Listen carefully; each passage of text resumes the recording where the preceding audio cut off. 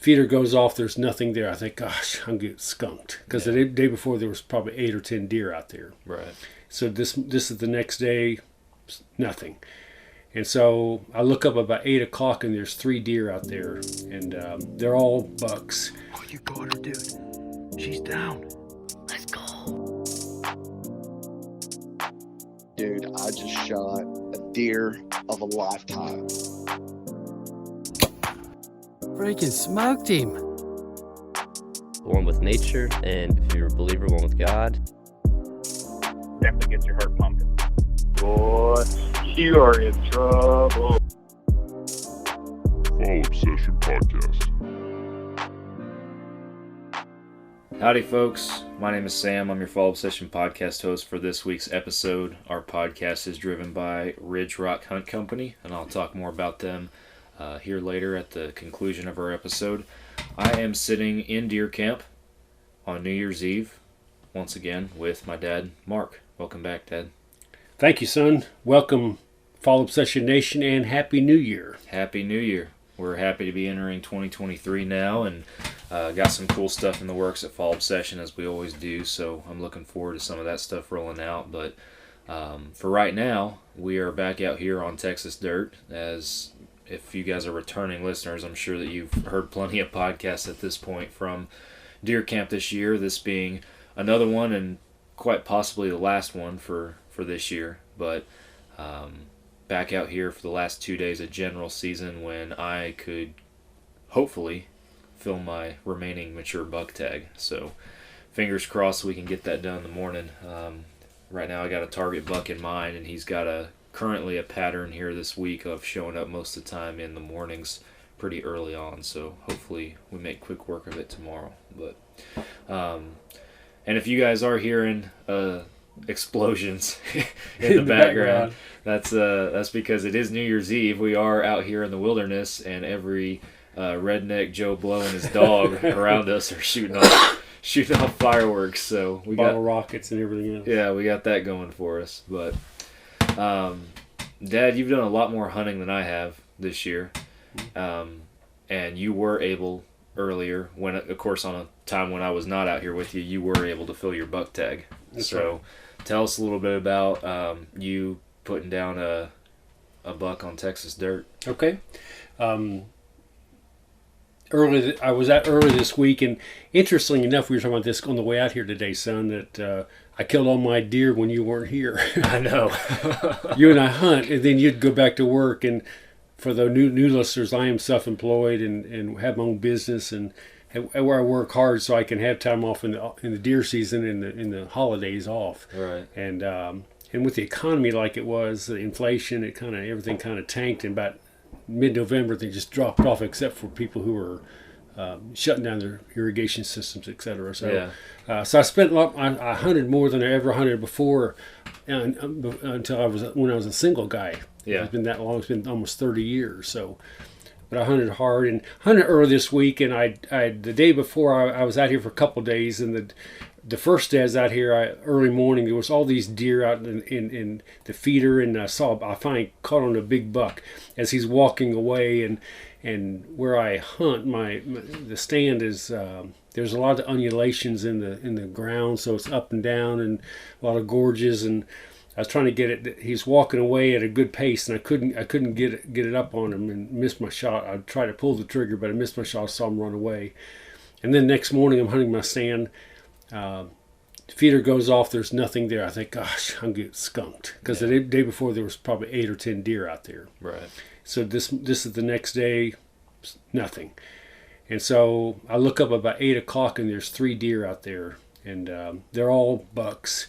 One larger than the other, the others are smaller. So I'm trying to figure out the racks, because in Texas you can't shoot a mature buck, but it could be illegal. So I'm trying to get my mature buck, which has to have a 13-inch inside spread. Yeah.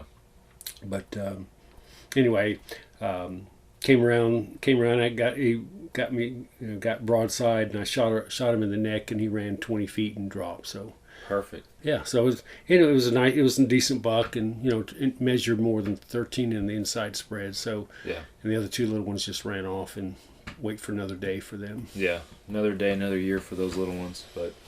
Yeah, that's we were talking about that on the way over, how you've killed all your deer when I haven't been here. And then coincidentally, I also brought up, I don't think I've hunted this year on a day or a morning, evening, whatever the case, where it got below 38, 40 degrees.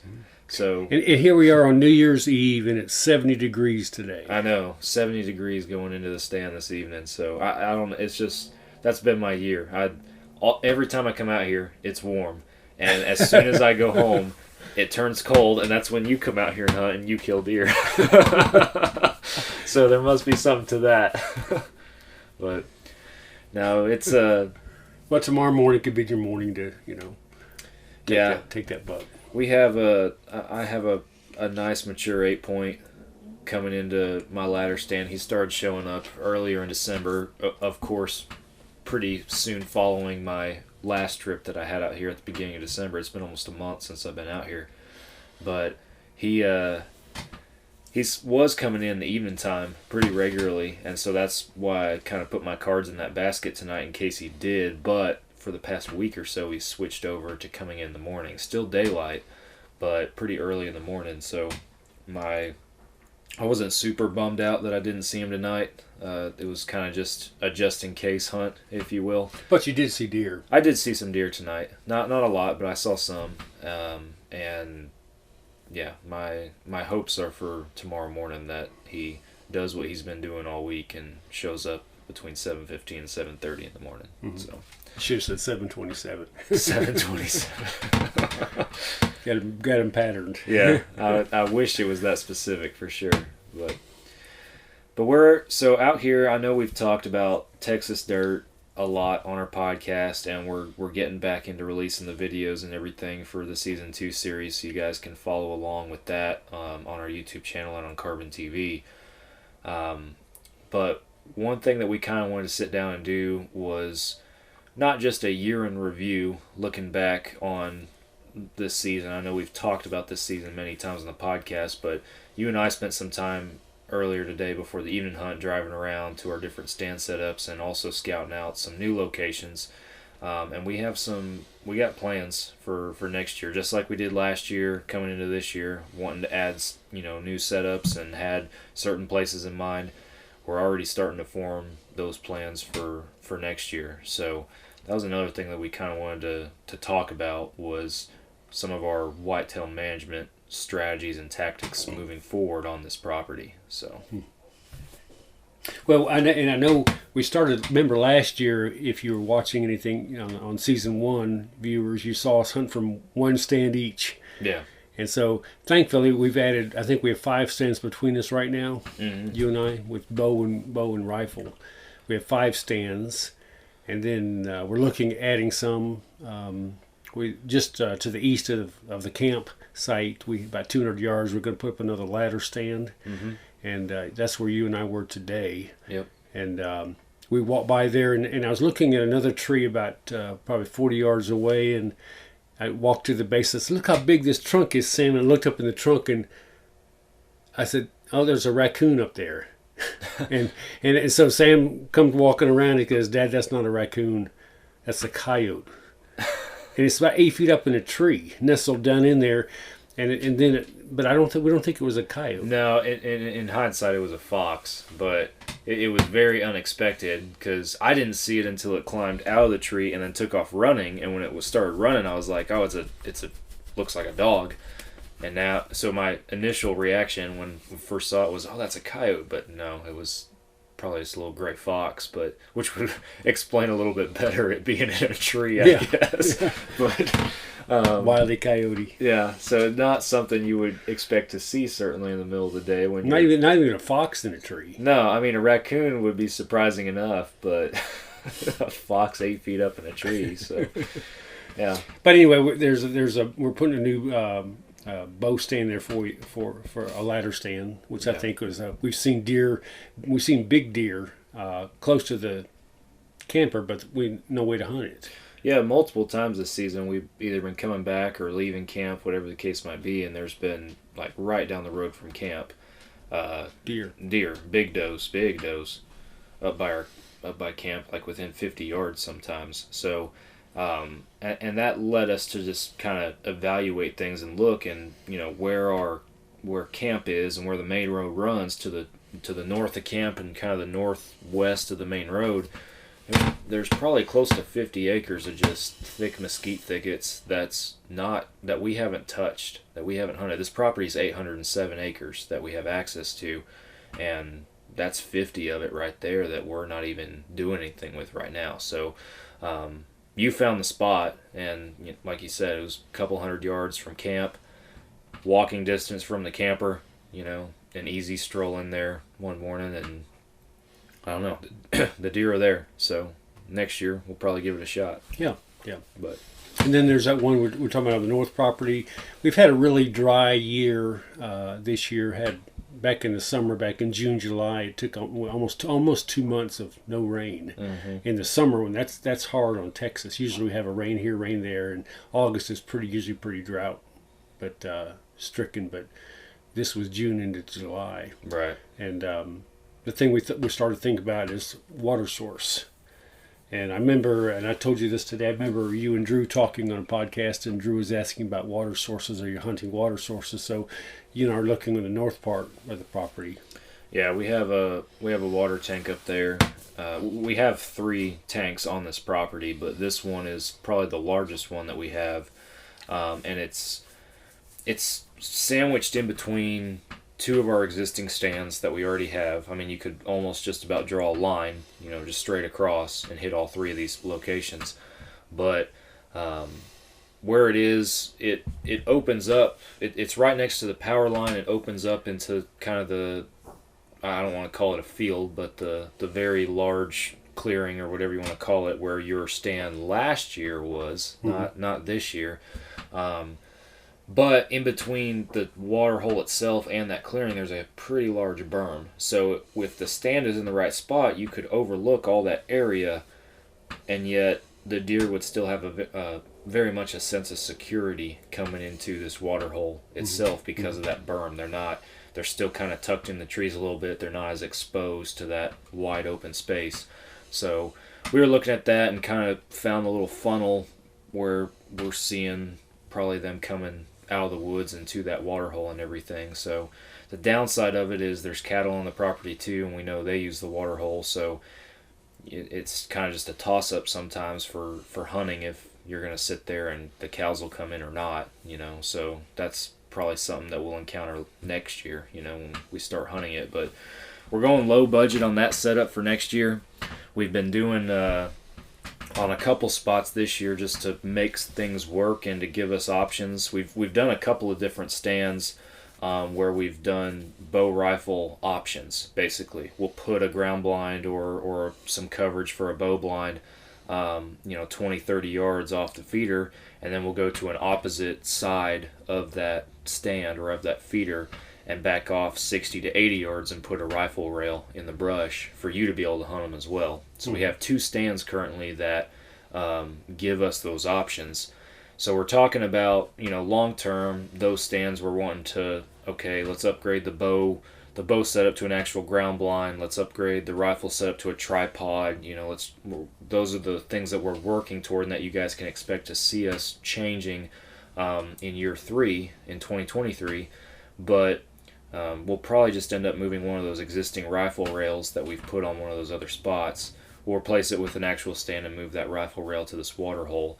And I don't think, at least what we were talking about today, was probably not putting a food source or anything next to it, just hunting it for what it is. And and you and I are talking, the reason to not put a food source there is because, number one, cows will be attracted to it since it's next to water, so we're always dealing with the cows. And number two, it dilutes the two feeders that we have already, so gives them a third option, which means we have a 33% versus 50% chance of a deer showing up. Yeah, for that specific area. Yeah, so yeah, tactically it seems like just hunting it for what it is going to be our better option. So, and probably wouldn't be a bad setup for more of an early season when, even in beginning of November, we still have some warm days that we encounter from time to time, so probably wouldn't be a bad time to hunt it earlier in the year. Yeah, and there's a huge pig on that Rocky Top stand. Oh my word, he's so yeah, he's close to the size of the one that I've killed already this year. So in I think it's episode 5 of Texas Dirt, which should be coming out pretty soon. You guys will get to actually see this hunt where I killed what I call Hogzilla, because he was just He's huge. a massive hog, and we've talked about it in a previous podcast here. I don't remember which episode at this point, but within the past couple months we've talked about it, and just absolutely massive pig, the biggest pig I've ever shot with a bow, that's for sure. And this hog, granted, I killed Hogzilla on the south end of the property. This hog is on the north end of the property, so as the crow flies, there's probably a mile or more in between the spots where these two pigs were. But where this big boy is, he's creating so much damage. Like, we pulled up to the stand today, and from the truck you can look at it and you're like, oh my word, the hogs have been tearing this place up. And for those of you who aren't from Texas, hogs are destructive. Hogs are nuisances. That's why we love hog hunting down here so much, not because we love eating wild hogs so much, but because it helps improve our property. Right. Just because they reproduce so fast, and they're destructive. Yeah, and thankfully the state of Texas allows us to do it year-round, 24/7, 365, without tags or anything like that. So that's very helpful. But so we pull up to the stand, and there's just, the ground's all tore up, and we're like, oh, someone plowed it. Yeah, we're like, the hogs have been here. We go and we pull the card on the camera because the antenna on the camera had broken, so it hadn't been sending me pictures to my phone. So we went and pulled the card on it, and it's one pig. One hog, yeah. Like, just, it looks like somebody went through with a garden tiller around the feeder, which, if there were that many hogs eating or tearing up all that ground, rooting around, then we would see more hogs at the feeder over the course of a month. Right.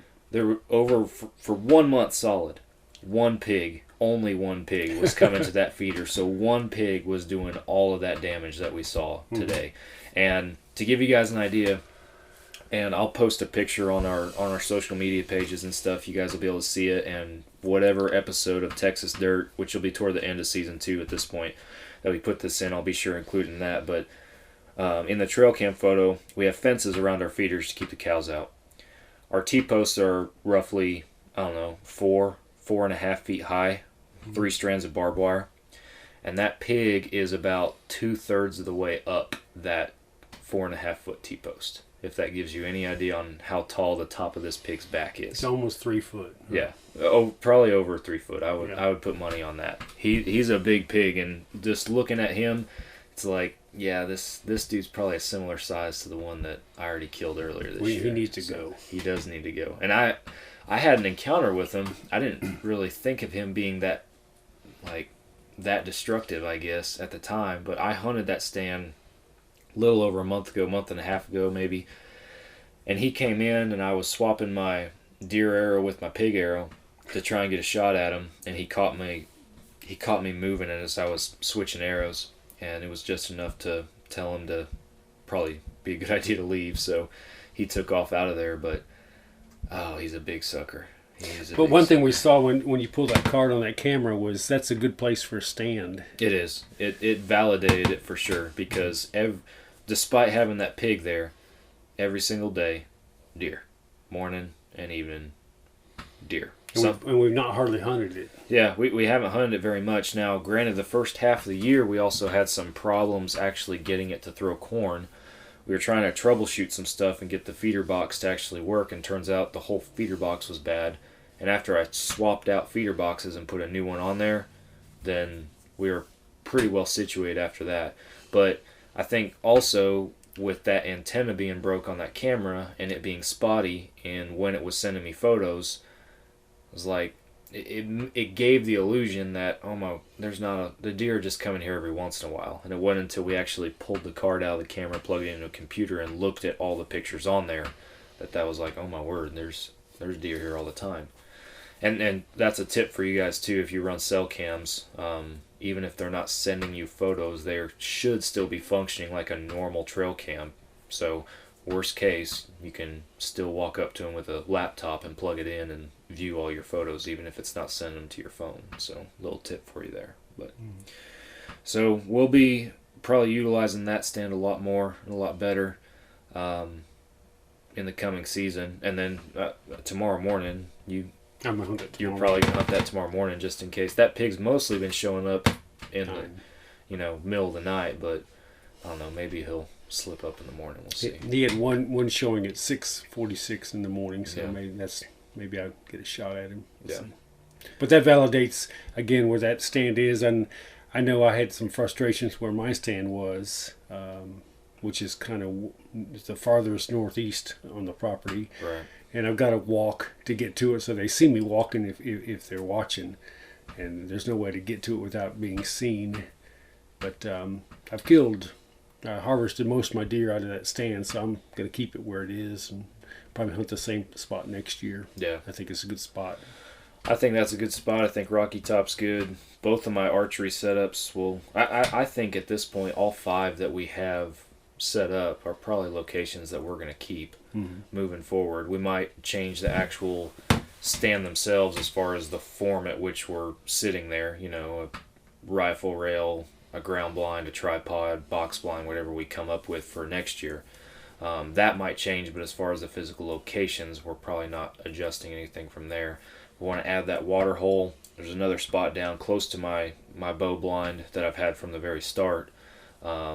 Just another road that kind of splits off farther to the west and into some mesquites that, again, it's kind of one of those deals where give you another option to cover another area. If you build it, they'll come. Throw something up there and give you something else to work with. So, And there's a spot that you and I were talking about earlier, saying that it's just as you come on the property, it's to the south. It's several hundred yards, 400 or 500 yards off there. But talking about putting a food plot, we'll look at that tomorrow. yeah. You know, maybe it's close to a water source in case we had to water with a pump, out of a lake or some kind of tank or something. We can get some water on it, and also it's wide open, so we don't have to do a lot of bush hogging and trying to get the land tilled up and so forth. So we'll see. Yeah, we'll try to hopefully incorporate food plots into some of our setups next year. I know that's a big hurdle for us just with the equipment that we have access to, and then obviously this year it didn't happen just because of, as we've mentioned before in previous episodes, the drought that we experienced down here, and we didn't really feel like it was worth our time or money to try to put something in the ground when it was going to be as dry and as hot as it was. So, which I think was the right call. Our antler growth suffered a little bit from it, but we're going to feed year round this year. That's another thing. We are going to feed year round, so I'll talk about that real quick because I've touched on it here and there in the Texas Dirt Series, but as far as how we feed down here, I try normally March, April-ish, end of February, somewhere in there, right when the weather starts warming up a little bit, and is normally when I switch my feeders over to a once-a-day feeding, normally in the morning time, just to give the deer that constant, to give them something to keep them coming back to and to develop those patterns and those habits and everything. As far as what we're going to feed at that point, I'd like to start working in some sort of I still got to do my own research on it and figure out, and I'm sure we'll talk about it when the time comes later on down the road, but try to work in some sort of protein blend or something around that time. But from that point, we'll be feeding through the summer with the once a day, and then normally we're trying to do out here on this property, we're trying to do one work day, quote unquote, a month, moving through the summer and into next season. That's what we did. Try to do this past year. We'll try to do that again this next year. So in doing so, whatever 2-3 weeks, 4 weeks, whatever it falls before bow season starts is when I'll probably turn all of our bow hunting setups to the 2-a-day feedings that we're doing right now. And normally I try to do, as far as the timing, I try to do my first one relatively close to first light, but not so close that I have deer in there that I can't tell what they are. if that makes sense. So I want it to get light enough that I can see, but I also don't want it to, like the sun to come up and it start warming up and then throw corn and they're already starting to bed down for the morning, you know. So, and then for the evening time, normally about an hour before sundown is when I try to throw for my evening feeding, hour to an hour and a half. So we'll incorporate those things into about a month before bow season, incorporate that evening feeding, and then around that same time when I start bow hunting out here is normally when we switch those rifle setups over to the same thing. So we try to do it about a month out to the season opener into switching our feeds over to the twice a day. So, and that also saves us money in the summertime too, for, you know, we're not going through feed twice as fast when it's not season. So, but again, they have other things to eat in the woods and stuff like that during the summertime also. So. And that's probably been some of what we've had difficulty because they're not patterned. They're used to eating the browse. We had 2 substantial rains during the summer, you know, a couple inches each time. And out here we got quite a bit, even with West Texas. And I think they browsed, and that, you know, kind of threw them off, and they're showing up the feeders sporadically, so it's not patterned. That makes it hard too. It does. I did notice a difference though from last year to this year in the consistency, at least, that we had certain deer showing up, at least from the trail cam standpoint. Especially later on in the year, I think once we got Rocky Top and then your stand with the blown fuse and everything figured out and diagnosed, I feel like then things got really a lot more consistent from that point. But you know, last year we talked about it, how this property had never been hunted before, so us throwing up feeders and starting to feed in beginning of September of 2021 and into deer season, the deer have lived their whole lives out here without these food sources or going to neighboring properties who do have feeders. So our feeders were not their focus or were not part of that routine. It was becoming more of their routine, but they were still adjusting to it even when we got into season. And part of that too is just how late we got into it last year. But this year we're seeing a lot more patterns, at least from my standpoint in analyzing the trail cam photos. Like, sometimes they're nocturnal patterns, but they're still patterns. Down at my bow stands, for example, I've had the same spike buck coming in every single morning to one of 2 stands almost every single day for 3 months. Every morning. I've passed on him before. He's not a deer I'm going to shoot, but from October all the way until now, he is still showing up almost every morning at either one stand or the other, if not both, every morning. So it's stuff like that. And then there's groups of does that are doing things similar. I know that group of 7 does out at your stand. They're fairly consistent and coming by your place regularly. Right. And then even now, the buck that I'm hunting tomorrow, you know, I'm hunting him off of a pattern. He's coming in almost every single morning for the past week between 7:15 and 7:30. Before that, he was coming in almost every evening after 5:15. So we're seeing more patterns, and it is becoming easier to start to pattern deer. And I have the hopes that now that we're getting our feet under us a little bit out here, that going into year number 3, granted, you never know. We all know how it goes. You say, oh yeah, that deer's coming in every single morning, I'm going to kill him tomorrow morning, and that's the morning he doesn't show up. You know, I mean, that we all know how that happens, but we're getting our feet under us, we're feeling more comfortable, and I feel like our patterns are going to continue to become more and more consistent, and we're going to be able to read these deer a lot better going into year 3. So I think you're right. Yes.